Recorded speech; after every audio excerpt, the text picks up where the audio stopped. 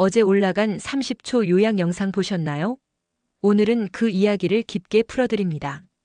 재벌가의 안주인으로 부와 권세를 누려온 할머니에게 어느 날 12살 아이가 나타났습니다. 할머니, 저는 아빠 딸이에요. 그런데 더 충격적인 건 8년 동안 손자라고 믿고 키운 아이가 사실은 남의 핏줄이었다는 겁니다. 하지만 이 할머니가 내린 결정은 여러분의 예상과 다를 겁니다. 끝까지 들어보세요. 분명 진정한 가족의 의미를 깨닫게 될 거예요. 제 이름은 신혜자, 75입니다. 제 남편이 평생을 바쳐 모은 수십조 원의 돈보다 소중한 것은 우리 아들 김태수입니다. 7년 전 교통사고로 아들을 잃었습니다. 그 후로 매주 비가 오나 눈이 오나 바람이 부나 이 묘지에 와서 못다한 나의 마음을 전하고 있었습니다. 그날은 눈이 펑펑 내리고 있었어요. 뒤에서 조심스러운 목소리가 들려왔어요. 저기요. 우리 아빠 무덤인데요. 할머니는 누구세요?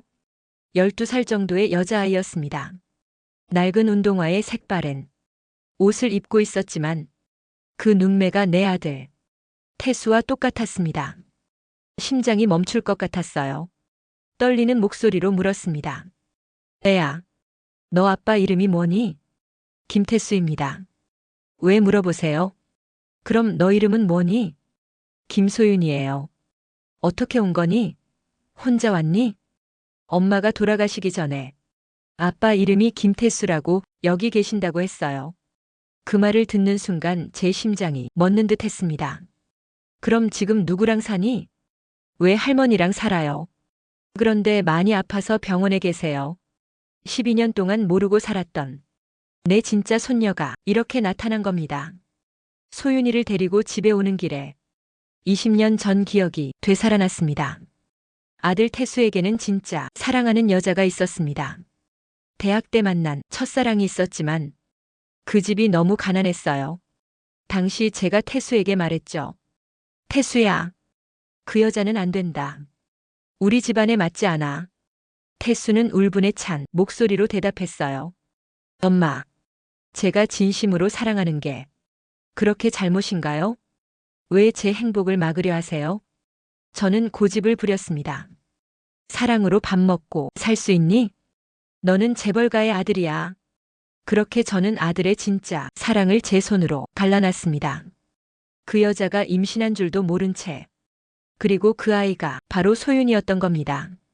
집에 도착하자 며느리 서진과 8살 시우가 기다리고 있었습니다. 시우가 천진난만하게 달려와서 물었어요. 할머니, 이 누나는 누구예요? 우리 집에서 같이 살 거예요? 서진은 당황한 표정으로 물었습니다. 어머님, 그 아이는 누구예요? 저는 차분히 말했어요. 서진아, 이 아이가 태수의 진짜 딸일 수도 있다. 그 순간 서진의 얼굴이 굳어지는 것을 봤습니다. 저는 직감했어요. 며느라이가 숨기고 있다는 걸. 사실 서진과 태수의 결혼도 순수한 사랑은 아니었습니다. 8년 전 서진이 임신한 상태로 와서 말했거든요. 태수 오빠, 저 임신했어요. 책임져 주세요. 서진에게는 진짜 사랑하는 다른 남자가 있었습니다. 단지 그 남자는 가난했고 태수는 재벌가 아들이었을 뿐이에요. 검사 결과를 기다리는 일주일. 그 시간은 마치 1년처럼 느껴졌습니다. 그 사이 저는 오래된 서류들을 정리하다가 충격적인 것을 발견했습니다.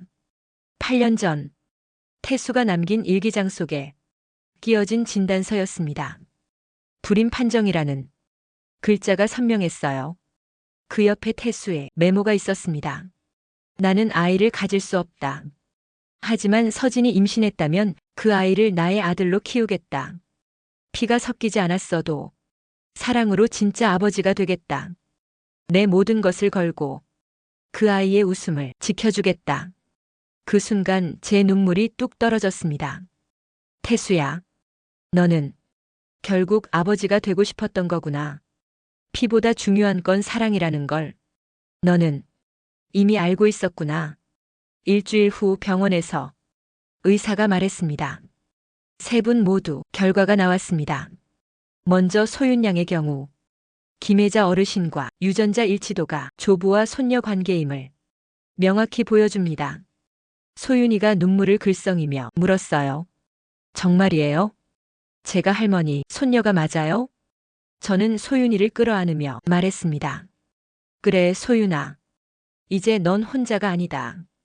의사가 조심스럽게 말을 이었어요. 그런데 시우군의 경우는 유전자 일치도가 거의 없습니다. 사실 저는 이미 알고 있었습니다. 태수의 메모를 보는 순간부터 알았습니다. 하지만 확인하고 싶었어요. 시우가 영문을 모른 채 물었어요. 할머니, 왜 다들 이상해요? 저 뭔가 잘못했어요? 저는 시우를 안으며 태수의 마음을 떠올렸습니다. 아니야, 시우야. 넌 잘못한 게 없어. 넌 우리 가족이야. 그날 밤, 저는 며느리와 단둘이 서재에 앉았습니다. 서진아, 이제 솔직하게 말해라. 서진이 눈물을 흘리며 말했어요. 어머님 죄송해요. 시우는 태수 오빠 아들이 아니에요. 진짜 아버지는 누구냐? 대학 때 사귀던 남자가 있었어요. 정말 사랑했지만 가난했어요. 그런데 태수 오빠는 재벌가 아들이었고 서진의 고백을 들으며 저도 반성하게 되었습니다. 제가 돈만 중시했기 때문에 이런 일들이 생긴 게 아닌가 하고요. 서진이 절규하듯 말했어요. 어머님, 저는 정말 어떻게 해야 할지 모르겠어요. 시우를 어떻게. 저는 깊은 한숨을 쉬며 말했습니다. 서진아, 아이는 죄가 없다. 밤새 고민한 끝에 저는 결정을 내렸습니다. 다음 날 아침 며느리를 불러앉히며 말했어요. 서진아, 나는 너를 내보내지 않겠다. 서진이 깜짝 놀라며 물었습니다. 어머님, 그게 무슨 말이에요? 조건이 있다. 첫째, 다시는 거짓말하지 마라. 둘째, 소윤이와 시우를 진짜 내 자식처럼 키워라. 셋째, 내 재산에는 손대지 마라. 서진이 두 손으로 얼굴을 감싸며 어깨를 떨었습니다. 눈물이 뚝뚝 떨어지며 떨리는 목소리로 말했어요. 어머님, 저 같은 사람을 아직도 믿어주시다니 감사합니다. 정말 감사합니다. 서진아, 누구나 실수는 한다. 하지만 그 실수를 인정하고 다시 시작할 용기를 내는 사람은 많지 않다. 내가 이제라도 아이들을 진심으로 품는다면 나는 그걸로 충분하다. 벌을 주는 것보다 다시 일어날 기회를 주는 것, 그 기회가 때로는 가장 값진 교육이 되는 법입니다. 그 후 2개월, 우리 집에는 새로운 변화가 시작되었습니다. 서진이 아이들에게 진심으로 말했어요. 소윤아, 시우야, 엄마가 밥 해줄게. 뭐 먹고 싶어? 소윤이가 대답했습니다. 저 김치찌개 좋아해요. 시우가 기뻐하며 말했어요. 나는 계란말이. 서진이 웃으며 답했습니다. 그럼 둘 다 해줄게. 서진은 변했습니다. 진심으로 두 아이를 사랑하기 시작했어요. 마치 자신의 죄를 사랑으로 씻어내려는 듯 했습니다. 시우가 소윤에게 물었어요. 누나, 우리 진짜 남매 맞지? 소윤이가 살짝 당황하며 답했습니다. 응, 우리는 가족이야. 시우는 아직 모릅니다. 하지만 뭔가 다르다는 걸 희미하게 느끼고 있었어요. 그래도 사랑받고 있다는 건 확실히 알고 있었죠. 저는 법률사무소에 가서 유언장을 새로 작성했습니다. 변호사가 물었어요. 그러면 소윤 양에게 모든 재산을 상속하시겠다는 거군요. 맞습니다. 하지만 조건이 있어요. 어떤 조건이십니까? 소윤이가 성인이 될 때까지는 제가 관리하고 그리고 시우도 평생 이 집에서 살아갈 수 있도록 해주세요. 저는 혈연은 아니지만 8년을 함께 산 시우도 제 가족이라고 생각했습니다. 변호사가 감탄하며 말했어요. 훌륭한 결정이십니다. 진정한 가족의 의미를 보여주시는군요. 8년이 흘렀습니다. 소윤이는 20살, 시우는 16살이 되었어요. 어느 날 소윤이가 기쁜 소식을 가지고 왔습니다. 할머니, 저 이번에 의대에 합격했어요. 시우가 자랑스럽게 말했어요. 누나 대단해. 나도 누나처럼 될 거야. 며느리는 더욱 성숙해진 모습으로 말했습니다. 어머님, 아이들이 이렇게 잘 자란 것도 모두 어머님 덕분이에요. 너희들이 서로 사랑해줬기 때문이지. 시우는 아직도 자신의 출생 비밀을 모릅니다. 하지만 이 집에서 누구보다 행복하게 자라고 있어요. 16살 시우는 가끔 궁금해하기 시작했습니다. 어느 날 밤 혼자 방에서 생각에 잠겨 중얼거렸어요. 나는 왜 아빠를 닮지 않았을까? 그리고 할머니는 나보다 소윤 누나를 더 좋아하는 것 같다며 말꼬리를 흐렸습니다. 거실에서 가족 사진을 보면서도 뭔가 어색함을 느꼈습니다. 하지만 시우는 현명한 아이였습니다. 진실이 무엇이든 이 가족의 사랑은 진짜라는 걸 알고 있었거든요. 시우가 소윤에게 물었어요. 누나, 우리 정말 행복한 가족이지? 소윤이가 따뜻하게 답했습니다. 당연하지. 우리는 세상에서 가장 특별한 가족이야. 소윤이도 시우의 비밀을 알고 있었지만 말하지 않았습니다. 그저 따뜻한 마음으로 다짐했습니다. 넌 언제까지나 내 동생이자 우리 가족이야. 16년 후 저희는 다시 아버지 묘지에 왔습니다. 이번에는 4명이 함께요. 소윤이 의사가 되어 묘비 앞에서 말했어요. 아빠, 저 의사 됐어요. 사람들 아픈 거 고쳐주는 의사요. 시우는 현재 경영학과에 재학 중입니다. 묘비 앞에서 잠시 망설이다가 말했어요. 아버지, 저 경영학과에서 열심히 공부하고 있어요. 할머니 회사에서 일도 배우고 있고요. 시우가 아버지라고 부르는 그 목소리에는 희미한 떨림이 있었습니다. 서진이 중년의 모습으로 시우를 바라보며 눈시울이 붉어져서 말했어요. 태수 오빠, 미안해요. 하지만 아이들은 정말 잘 키웠어요. 저는 묘비에 손을 얹으며 말했습니다.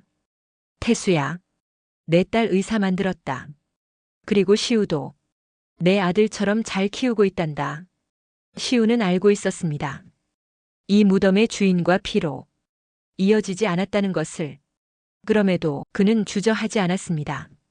아버지, 그렇게 부르는 순간 그 목소리에는 지난 세월 자신을 품어준 가족에 대한 고마움이 담겨 있었습니다. 그날 봄바람이 불었습니다. 마치 태수가 엄마 고마워. 그리고 시우야, 너도 내 아들이다 하고 말하는 것 같았어요. 여러분, 이야기를 들으시면서 무엇을 느끼셨나요? 가족이란 피로만 이어지는 게 아닙니다. 용서하고 포용하고 함께 시간을 나누는 그 마음으로 만들어지는 거예요. 때로는 진실을 숨기는 것이 더 큰 사랑일 수도 있습니다. 어린 시우를 지키기 위해 모든 어른들이 선택한 침묵처럼요. 그리고 진정한 부자는 돈이 많은 사람이 아니라 사랑을 나누는 사람입니다. 혜자 할머니의 선택, 서진의 진심 어린 반성, 소윤의 따뜻한 마음, 그리고 시우의 순수한 사랑. 이 모든 것이 합쳐져서 진정한 가족이 되었습니다. 오늘 당신 곁에 있는 소중한 사람들에게 말해보세요. 우리는 가족입니다. 어떤 일이 있어도 서로를 사랑하겠습니다. 이것이 진정한 가족의 약속입니다.